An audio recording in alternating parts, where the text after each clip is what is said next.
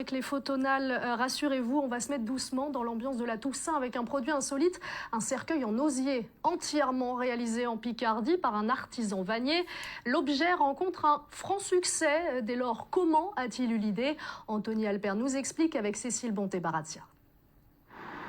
Dans l'atelier de cette vannerie, un nouveau produit lancé en fabrication sort de l'ordinaire.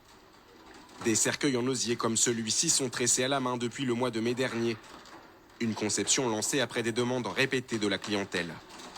Notre carte d'activité, à la base, c'est la boulangerie-pâtisserie. On travaille avec des grandes chaînes de boulangeries françaises un peu partout dans le monde. Donc c'est sûr que le secteur du funéraire, pour nous, c'est quelque chose de tout nouveau et d'assez novateur. Ouais. On vient travailler directement sur une caisse en bois que l'on habille de notre tressage en osier. Une cinquantaine d'unités a été fabriquée exclusivement sur commande. Cette production unique en France s'inscrit dans une démarche environnementale. On travaille avec de l'osier 100% français, récolté en partie par nos soins sur nos parcelles, mais également dans les Ardennes avec un osiericulteur français avec qui on travaille depuis quelques années maintenant.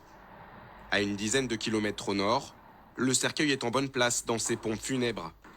Ici, il est vendu 1 670 € contre 1 500 pour les premiers prix des traditionnels en chêne. Un léger surcoût pour la clientèle qui ne freine pas la demande, d'après la gérante. Il casse complètement les codes puisqu'il met en avant un savoir-faire artisanal et complètement un milieu de la plupart des cercueils industriels que l'on retrouve sur le marché du funéraire. On met en avant le savoir-faire local, le respect de la nature et le travail artisanal.